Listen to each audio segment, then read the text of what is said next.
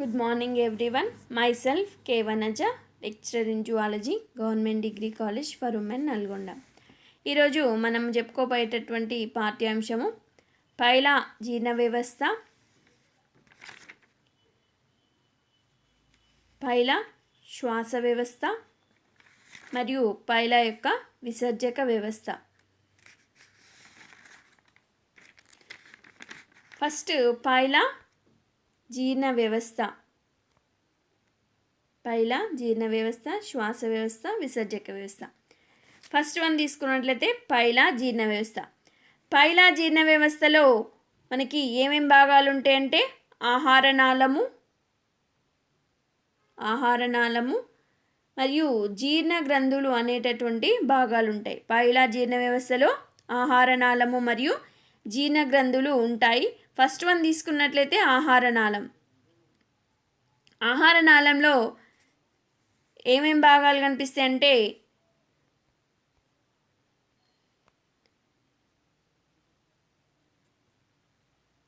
ఆహార నాళంలో నోరు, ఆస్యకూరము, ఆరవాయిక, జీర్ణాశయము, ప్రేగు, పురుషనాళము, పాయు అనేటటువంటి భాగాలు కనిపిస్తాయి. పైలా జీర్ణ వ్యవస్థలో ఆహార నాళము, జీర్ణ గ్రంథులు ఉంటాయి. ఆహార నాళంలో నోరు, ఆస్యకూరము, ఆరవాయిక, జీర్ణాశయము, ప్రేగు, పురుషనాళము, పాయు అనేటటువంటి భాగాలు కనిపిస్తాయి. నోరు ఎక్కడ ఉంటుందంటే పూర్వాంత స్పర్శకాల క్రింద చీలిక లాంటి నిర్మాణమే నోరు. పూర్వాంత స్పర్శకాల కింద చీలిక లాంటి నోరు ఉంటుంది. ఈ నోరు ఎక్కడికి తెచ్చుకుంటుందంటే ఆస్యకూరంలోకి తెచ్చుకుంటుంది. ఈ ఆస్యకూరం యొక్క కుడ్యాలు కండరాలతో కూడి ఉంటాయి. ఈ కుహరంలో ఏ నిర్మాణాలు ఉంటాయంటే దవడలు, రాడ్యులా అనేటటువంటి నిర్మాణాలు ఉంటాయి. నోరు ఎక్కడ ఉంటుంది? పూర్వాంత స్పర్శకాల కింద ఒక చీలిక లాంటి నిర్మాణము నోరు. ఈ నోరు ఆస్యకూరంలోకి తెచ్చుకుంటుంది. ఈ ఆస్యకూరం యొక్క కుడ్యాలు కండరాలతో ఏర్పడి ఉంటాయి. ఈ కుహరంలో దవడలు, రాడ్యుల అనేటటువంటి నిర్మాణాలు ఉంటాయి. ఈ కైటిన్ అనే పదార్థం చేత ఏర్పడిన దంతాలతో కూడినటువంటి దవడలు నోటికి ఇరువైపులా ఉంటాయి. నోరు ఆస్యకూరంలోకి తెచ్చుకుంటుంది. ఆస్యకూరం యొక్క కుడ్యాలు కండరాలతో కూడి ఉంటాయి. ఈ కుహరంలో దవడలు, రాడ్యుల అనేటువంటి నిర్మాణాలు ఉంటాయి. దీనిలో నోటికి ఇరువైపులా కైటిన్ అనేటటువంటి పదార్థంతో ఏర్పడిన దంతాలతో కూడినటువంటి దవడలు నోటికి ఇరువైపులా ఉంటాయి. దీనిలో రాడ్యులా ఎట్లా ఉంటుందంటే రిబ్బన్ ఆకారంలో ఉంటుంది. రాడ్యులా రిబ్బన్ ఆకారంలో ఉంటుంది. రాడ్యులా రిబ్బన్ ఆకారంలో ఉంటుంది. ఇది ఆస్యకుహరపు అడుగు భాగాన ఒడెంటోఫోర్ అనేటటువంటి ఉబ్బెత్తు నిర్మాణము. రాడ్యులా రిబ్బన్ లాగా ఉంటుంది.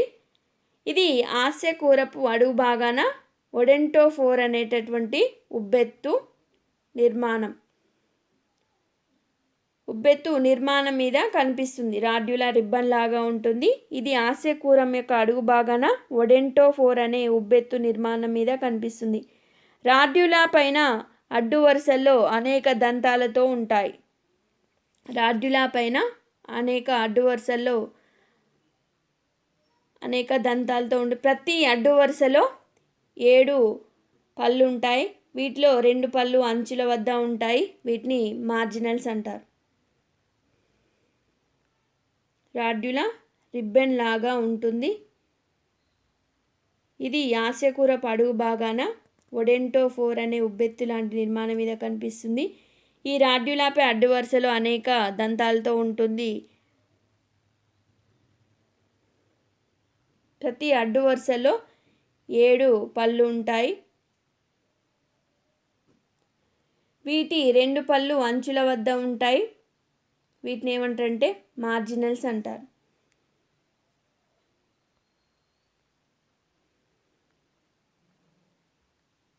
వీటిని మార్జినల్స్ అంటారు. మధ్యలో రాకిడియన్ ఉంటుంది, మధ్యలో రాకిడియన్ పన్ను ఉంటుంది. రాకిడియన్ పన్నుకి ఇరువైపులా ఒక్కొక్క పార్శ్వ పన్ను ఉంటుంది.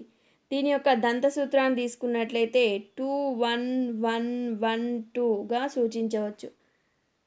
2 1 1గా సూచించవచ్చు.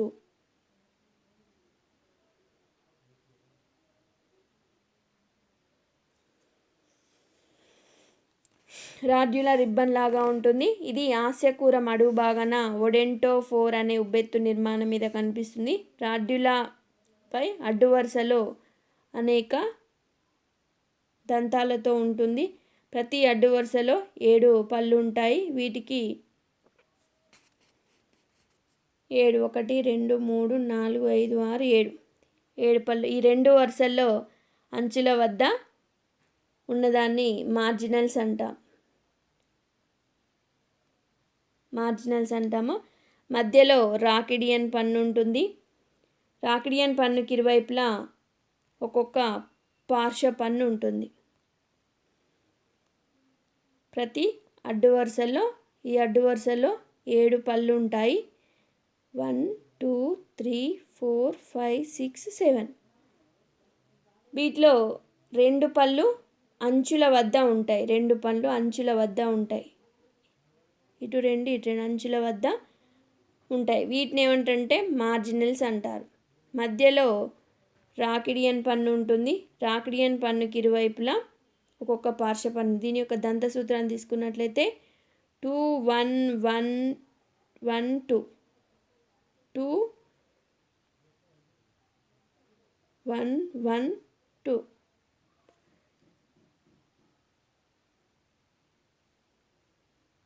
2 1 1 1 2 2 1 1 1 2 2 1 1 1 2. రాడ్యులా యొక్క పరభాగము రాడ్యులా కోశంలో అమరి ఉంటుంది. ఈ కోశంలో ఒడెంటోబ్లాస్ట్లు అనేకంగా ఉంటాయి. ఇవి కొత్త పళ్ళను నిర్మిస్తాయి. రాడ్యులా దేనికి ఉపయోగపడుతుందంటే ఆహారాన్ని ముక్కలు చేయడానికి ఉపయోగపడుతుంది. నెక్స్ట్ నోరు ఆస్యకూరంలోకి తెచ్చుకుంటుంది. ఆస్యకూరము నెక్స్ట్ భాగమైనటువంటి ఆహారవాహికలోకి తెచ్చుకుంటుంది. ఇది పొడవైనటువంటి నాళము. నెక్స్ట్ ఈ ఆహారవాహిక జీర్ణాశయంలోకి తెచ్చుకుంటుంది. ఆహారవాహిక పూర్వాంతంలో ఆహార కోష్టాలు ఉంటాయి. ఆహారవాహిక ఆస్యకూరము ఆహారవాహికలోకి తెచ్చుకుంటుంది. ఆహారవాహిక జీర్ణాశయంలోకి తెచ్చుకుంటుంది. ఆహారవాహిక యొక్క పూర్వాంతంలో ఆహారవాహిక కోష్టాలు ఉంటాయి. నెక్స్ట్ జీర్ణాశయం ఆంతరాంగ ద్రవ్యంలో ఎడమ ప్రక్కన ఉంటుంది. దీన్ని పూర్వజీర్ణాశయము, జఠర జీర్ణాశయం అనేటటువంటి 2 భాగాలుగా విభజించవచ్చు. జఠర నిర్గమ జీర్ణాశయం నుంచి అందనాళం అనేటువంటి ఉద్భవిస్తుంది. జఠర నిర్గమ జీర్ణాశయము ప్రేగులోకి తెచ్చుకుంటుంది. ప్రేగు పొడవుగా ఆంతరాంగ ద్రవ్యంలో చుట్టుకొని ఉంటుంది. ఇది పురుషనాళం ద్వారా ప్రేగు పొడవుగా ఆంతరాంగ ద్రవ్యంలోకి చుట్టుకొని ఉంటుంది. ఇది పురుషనాళం ద్వారా ప్రావారకూరానికి చేరుతుంది. ఇది పురుషనాళం ద్వారా ప్రావారకూరానికి చేరుతుంది. పురుషనాళము పాయి ద్వారా బయటకి తెచ్చుకుంటుంది. వన్స్ అగైన్ ఆస్యకూరము ఎక్కడికి తెచ్చుకుంటుంది? ఆహారవాహికలోకి తెచ్చుకుంటుంది. ఆహారవాహిక జీర్ణాశయంలోకి తెచ్చుకుంటుంది. ఆహారవాహిక యొక్క పూర్వాంతంలో ఆహారవాహిక కోష్టాలు ఉంటాయి. ఈ జీర్ణాశయం యొక్క ఆంతరాంగ ద్రవ్యంలో ఎడమ ప్రక్కగా ఉంటాయి. దీనిని ఏమంటే పూర్వజీర్ణాశయము, జఠర నిర్గమ జీర్ణాశయము అనేటటువంటి 2 భాగాలుగా విభజించవచ్చు. పూర్వజీర్ణాశయము, జఠర నిర్గమ జీర్ణాశయం అనేటటువంటి 2 భాగాలు విభజించవచ్చు. జఠర నిర్గమ జీర్ణాశయం నుంచి అందనాళం ఉద్భవిస్తుంది. జఠర నిర్గమ జీర్ణాశయము ఎక్కడికి తెచ్చుకుంటుంది అంటే ప్రేగులోకి తెచ్చుకుంటుంది. ప్రేగు పొడవుగా ఆంతరాంగ ద్రవ్యంలో చుట్టుకొని ఉంటుంది. ఇది పురుషనాళం ద్వారా ప్రావారకూరానికి చేరుతుంది. పురుషనాళము పాయు ద్వారా బయటకు తెచ్చుకుంటుంది. నెక్స్ట్ వన్ తీసుకున్నట్లయితే జీర్ణగ్రంథులు. పైలాలో 2 రకాల జీర్ణగ్రంథులు ఉంటాయి. అవి ఏంటంటే లాలాజల గ్రంథులు, నెక్స్ట్ కాలేయం. ఫస్ట్ వన్ తీసుకున్నట్లయితే లాలాజల గ్రంథులు. ఇవి ఆహార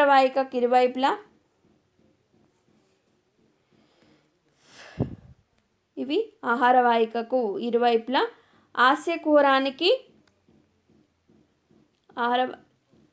లాలాజల గ్రంథులు ఆహార వాహికకు ఇరువైపులా ఆస్యకుహరానికి వెనుకన ఒక జత తెల్లని లాలాజల గ్రంథులు ఉంటాయి. వీటి నాళాలు ఆస్యకుహరంలోకి తెచ్చుకుంటాయి. ఈ గ్రంథులు శ్లేష్మ పదార్థాన్ని కార్బోహైడ్రేట్లను స్రవిస్తాయి. కైలాలో 2 రకాల జీర్ణ గ్రంథులు ఉంటాయి, లాలాజల గ్రంథులు మరియు కాలేయం. లాలాజల గ్రంథులు తీసుకున్నట్లయితే ఆహార వాహికకు ఇరువైపులా ఆస్యకుహరానికి వెనుకన ఒక జత తెల్లని లాలాజల గ్రంథులు ఉంటాయి. వీటి నాళాలు తీసుకున్నట్లయితే ఆస్యకుహరంలోకి తెచ్చుకుంటాయి. ఈ లాలాజల గ్రంథులు శ్లేష్మ పదార్థాన్ని కార్బోహైడ్రేట్లను స్రవిస్తాయి. శ్లేష్మ పదార్థము రాడ్యుల ఆహారంను సులువుగా ముక్కలు చేయడంలో ఉపయోగపడుతుంది. ఈ కార్బోహైడ్రేట్లు తీసుకున్నట్లయితే పిండి పదార్థాలను జీర్ణం చేయడంలో ఉపయోగపడతాయి. ఈ లాలాజల గ్రంథులు శ్లేష్మ పదార్థాన్ని కార్బోహైడ్రేట్లను స్రవిస్తాయి. శ్లేష్మ పదార్థమేమో రాడ్యుల ఆహారాన్ని ముక్కలు చేయడానికి ఉపయోగపడితే కార్బోహైడ్రేట్స్ ఏమో పిండి పదార్థాన్ని జీర్ణం చేయడంలో ఉపయోగపడతాయి. నెక్స్ట్ వన్ తీసుకున్నట్లయితే కాలేయము. దీన్నే ఏమంటారంటే జీర్ణగ్రంథి అని కూడా అంటారు. ఇది ఆకుపచ్చ రంగులో ఉంటుంది. ఎక్కడ ఉంటుందంటే ఆంతరాంగ సముదాయంలో ఉంటుంది. నెక్స్ట్ కాలేయం తీసుకున్నట్లయితే కాలేయం నుంచి ఏర్పడిన నాళము జీర్ణాశయంలోకి తెచ్చుకుంటుంది.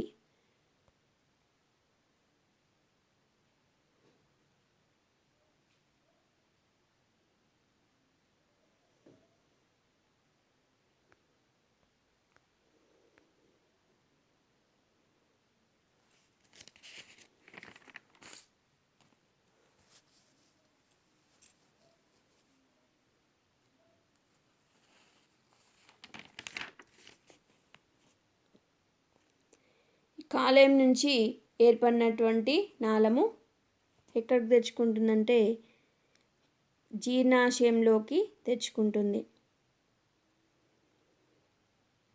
కాలేయం నుంచి ఏర్పడినటువంటి నాళము జీర్ణాశయంలోకి తెచ్చుకుంటుంది. ఇది 3 రకాలైనటువంటి కణాల చేత ఉంటుంది. అవేంటంటే స్రావక కణాలు, రిసాప్టివ్ కణాలు, నెక్స్ట్ సున్నపు కణాలు. స్రావక కణాలు ఎంజైమ్లను స్రవిస్తాయి.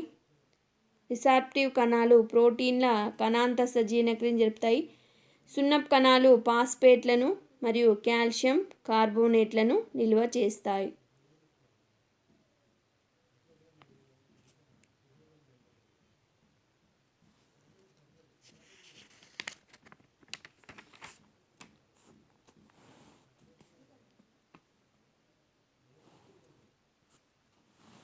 దీనిలో ఏమేమి భాగాలు ఉంటాయంటే ఆహార నాళంలో నోరు, ఆస్యకుహరము, గ్రసని, ఆహారవాహిక, జీర్ణాశయము, ప్రేగు, పురుషనాళము, పాయు అనేటటువంటి భాగాలు ఉంటాయి. నోరు పూర్వాంత స్పర్శకాల దగ్గర ఉండేటటువంటిది. చీలిక లాంటి నిర్మాణమే నోరు. ఈ నోరు ఆస్యకుహరంలోకి తెచ్చుకుంటుంది. ఆస్యకుహరము ఆహార వాహికలోకి తెచ్చుకుంటుంది. నోరు ఆస్యకుహరము నెక్స్ట్ భాగం ఏంటో ఆహార వాహికలోకి తెచ్చుకుంటుంది. నెక్స్ట్ దీనిలో జీర్ణాశయము పూర్వజీర్ణాశయంగాను జఠరనిర్గమ జీర్ణాశయం 2 భాగాలు విభజించవచ్చు. జఠరనిర్గమ జీర్ణాశయం నుంచి అందనాళం ఏర్పడుతుంది. జఠరనిర్గమ జీర్ణాశయము ప్రేగులోకి తెచ్చుకుంటుంది. పురుషనాళము పాయి ద్వారా బయటికి తెచ్చుకుంటుంది. వన్స్ అగైన్, ఆహారనాళంలో నోరు, ఆస్యకూరము, ఆహారవాహిక, జీర్ణాశయము, ప్రేగు, పురుషనాళము, పాయు అనేటటువంటి భాగాలు ఉంటాయి. నోరు స్పర్శకాల దగ్గర చీలినటువంటి భాగమే నోరు. నోరు ఆస్యకూరంలోకి తెచ్చుకుంటుంది, ఆస్యకూర ఆహారవాహికలోకి తెచ్చుకుంటుంది. దీని యొక్క ఆహారవాహికలోకి తెచ్చుకుంటుంది. ఆహారవాహిక అనేది పొడవైనటువంటి నాళము. ఇది జీర్ణాశయంలోకి తెచ్చుకుంటుంది. ఆహారవాహిక పూర్వాంతంలో ఆహార వాహిక కోష్టాలు ఉంటాయి. ఈ జీర్ణాశయాన్ని 2 భాగాలుగా విభజించవచ్చు. పూర్వ జీర్ణాశయము, జఠరనిర్గమ జీర్ణాశయం.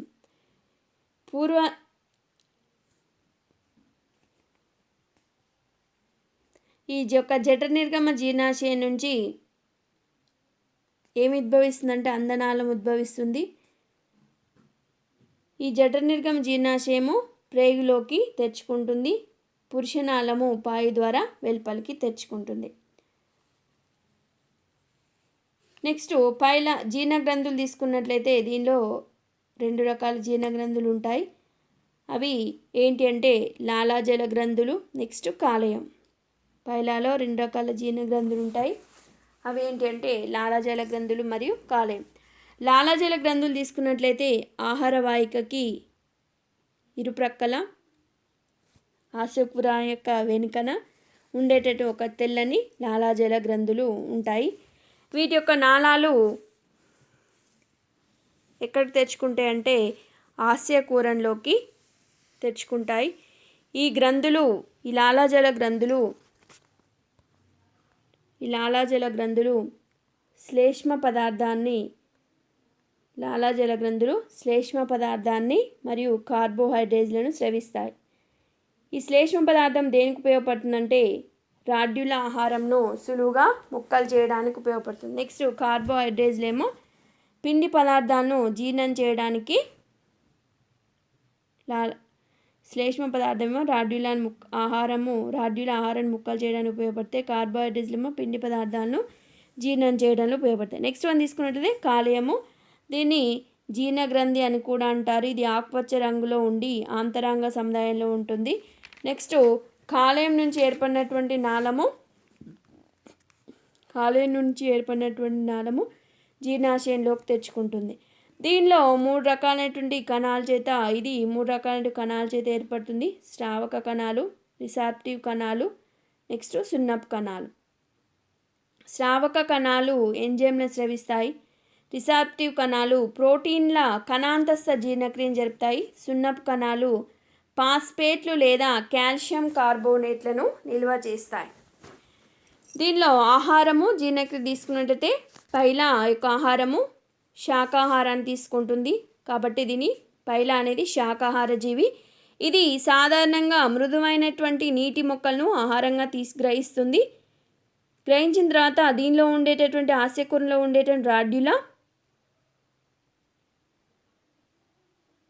శ్లేష్మ పదార్థాన్ని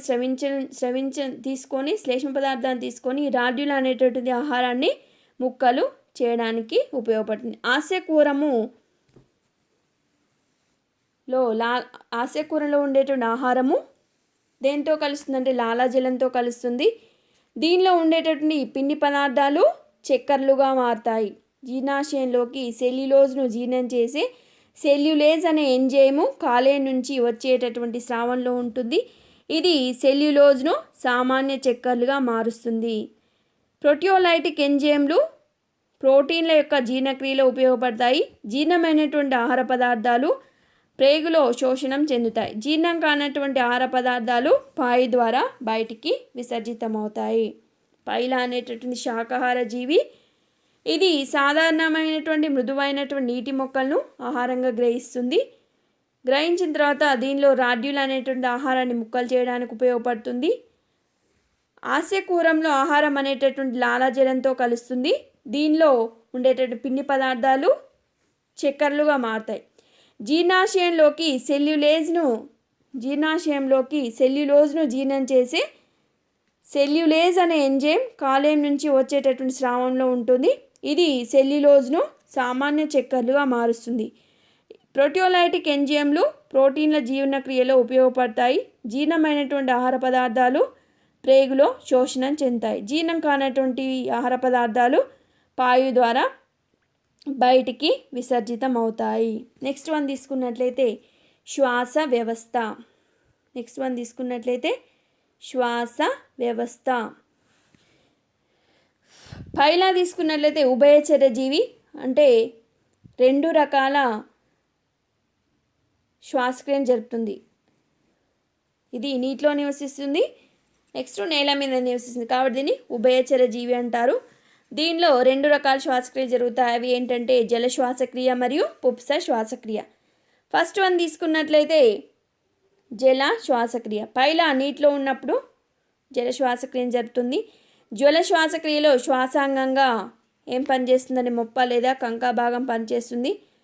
పైలాలో ఒకే ఒక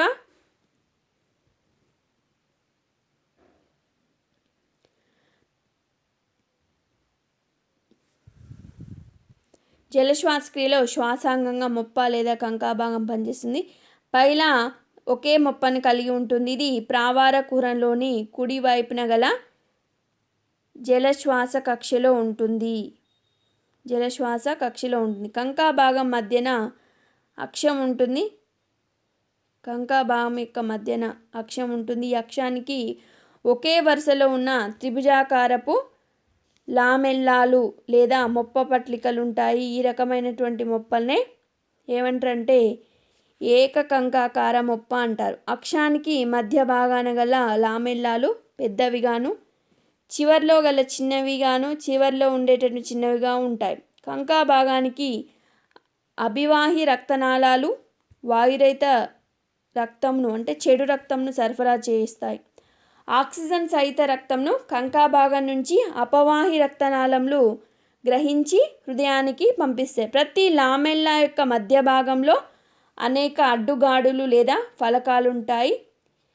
ఇవి ఎక్కడుంటాయంటే రక్తంలో ఉంటాయి. లామెల్లా చివరి భాగము శైలికాయుతంగా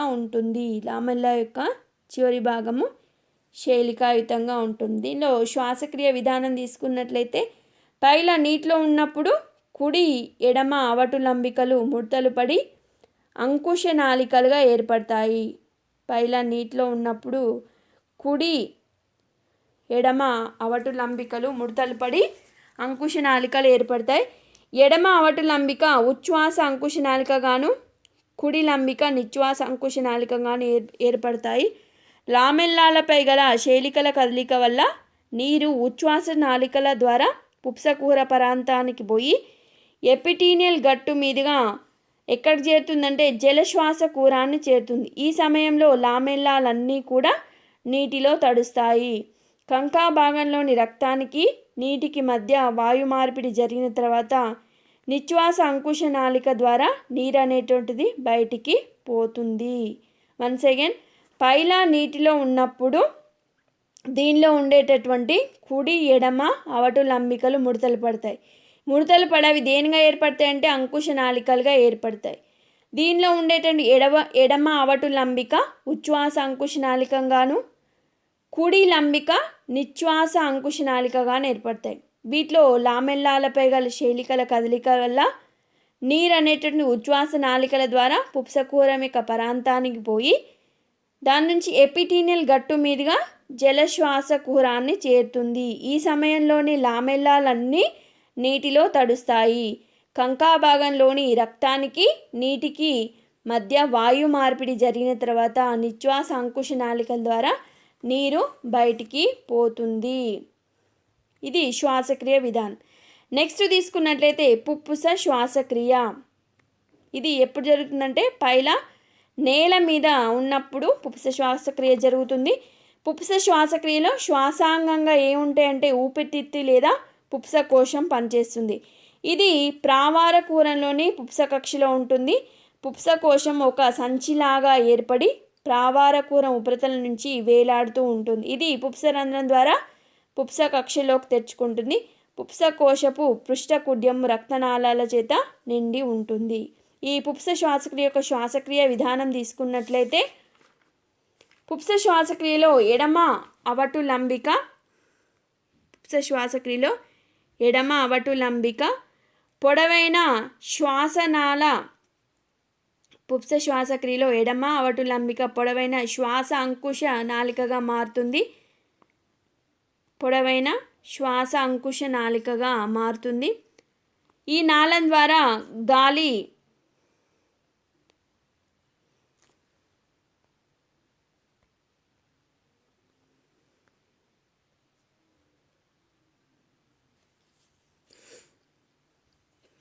పుప్స శ్వాసక్రియలో ఎడమ అవటులంబిక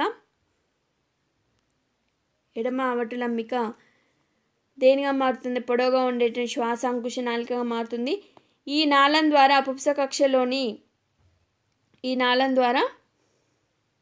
కక్షలోకి చేరుతుంది. ఈ సమయంలో ఎపిటీనియల్ గట్టు పెరిగి శ్వాసనాళ కూరంను పూర్తిగా మూసివేస్తుంది. పుప్స కోశపు కండరాలు సంకోచ సల్లికను జరుపుతాయి. సంకోచ సమయంలో పుప్స కక్షలోని గాలి పుప్స రంధ్రం ద్వారా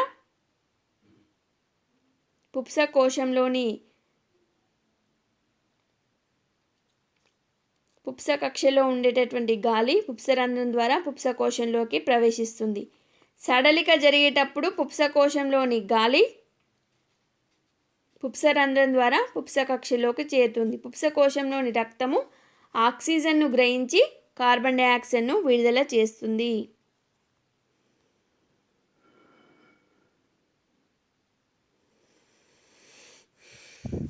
పుప్స శ్వాసక్రియలో ఎడమ అవటులంబిక పొడవైనటువంటి శ్వాస అంకుశ నాళికగా మారుతుంది. ఈ నాళం ద్వారా గాలి అనేటువంటి పుప్స కక్షలోకి చేరుతుంది. ఈ సమయంలో ఎపిటీనియల్ గట్టు పెరిగి జలశ్వాస కూరంను పూర్తిగా మూసివేస్తుంది.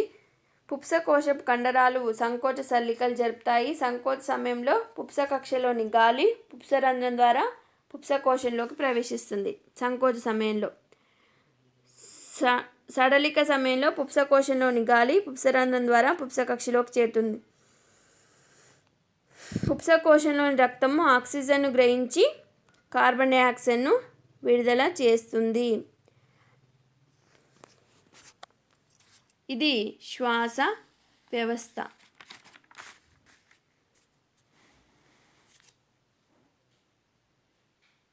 నెక్స్ట్ తీసుకున్నట్లయితే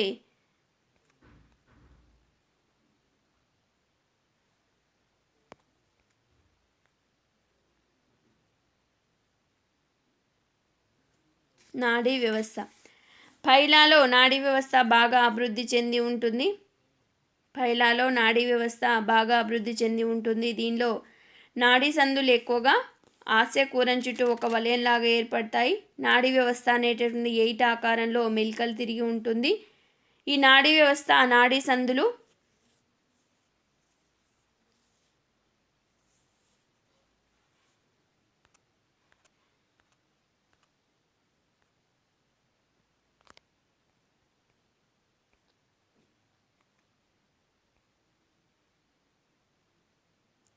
విసర్జక వ్యవస్థ.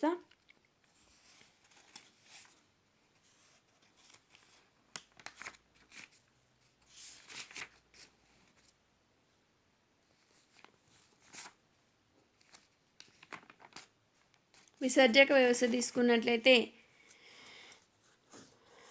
పైలా విసర్జక వ్యవస్థ యందు ఒకే ఒక వృక్క అవయవం లేదా మూత్రపిండం ఉంటుంది. పైలా విసర్జక వ్యవస్థ యందు ఒకే ఒక వృక్క అవయవం లేదా మూత్రపిండం ఉంటుంది. ఇది హృదయావరణ త్వచానికి దగ్గరగా ఉంటుంది. దీని యొక్క వృక్కంలో తీసుకున్నట్లయితే రెండు భాగాలు ఉంటాయి, పూర్వకోశము మరియు పరకోశము. పూర్వకోశము ప్రావార కూరంలోకి వృక్కరంధ్రం ద్వారా తెచ్చుకుంటుంది. పూర్వకోశము ప్రావార కూరంలోకి వృక్కరంధ్రం ద్వారా తెచ్చుకుంటుంది. పూర్వకోశం తీసుకున్నట్లయితే ఎర్రగా అండాకారంలో ఉంటుంది. ఈ యొక్క పూర్వకోశం లోపల అనేక లామెల్లాలు ఉంటాయి. పరకోశము ఒకవైపు విశాలంగా ఉండి మరోవైపేమో కొక్కెన్లాగా ఉంటుంది. ఇది వృక్క హృదయావరణ రంధ్రం ద్వారా హృదయావరణలోకి తెచ్చుకుంటుంది. ఇది పూర్వకోశంలోకి కూడా తెచ్చుకుంటుంది. అభివాహి అపవాహి వృక్క సిరలు అనేక శాఖలుగా చీలి ఈ కోశానికి రక్తాన్ని సరఫరా చేస్తాయి. పైలా విసర్జక వ్యవస్థ యందు ఒకే ఒక వృక్కావయవము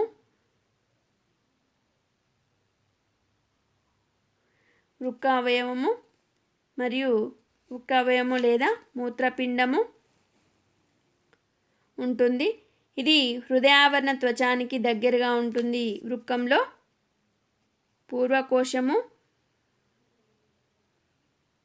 మరియు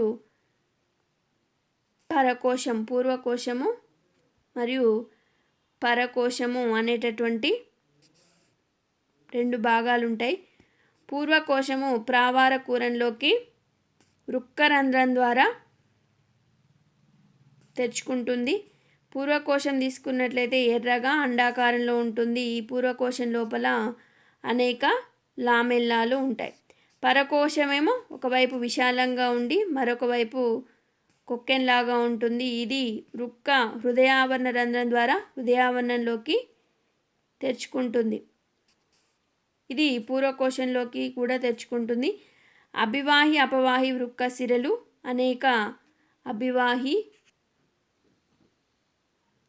అపవాహి వృక్క సిరలు అనేక శాఖలుగా చీలి ఈ కోశానికి రక్తాన్ని సరఫరా చేస్తాయి. రెండు వృక్క కోశాలు రక్తం నిండి విసర్జక పదార్థాలు వేరు చేయబడతాయి. విసర్జక పదార్థాలు మొదటగా పరకోశం నుంచి పూర్వకోశంలోకి చేరుతాయి. ఇది విసర్జక రంధ్రం ద్వారా ప్రావార కొరంలోకి విడుదలవుతాయి. ఇక్కడ నుంచి బయటకు పోయేటటువంటి నీటి ప్రవాహంతో పాటు కుడి అంకుశ నాళిక ద్వారా బయటికి పోవడం జరుగుతుంది. పైలా నీటిలో ఉన్నప్పుడు ఏంటి విసర్జిస్తుందంటే అమోనియాని విసర్జిస్తుంది. భూమి మీద ఉన్నప్పుడు యూరిక్ ఆమ్లాన్ని విసర్జిస్తుంది.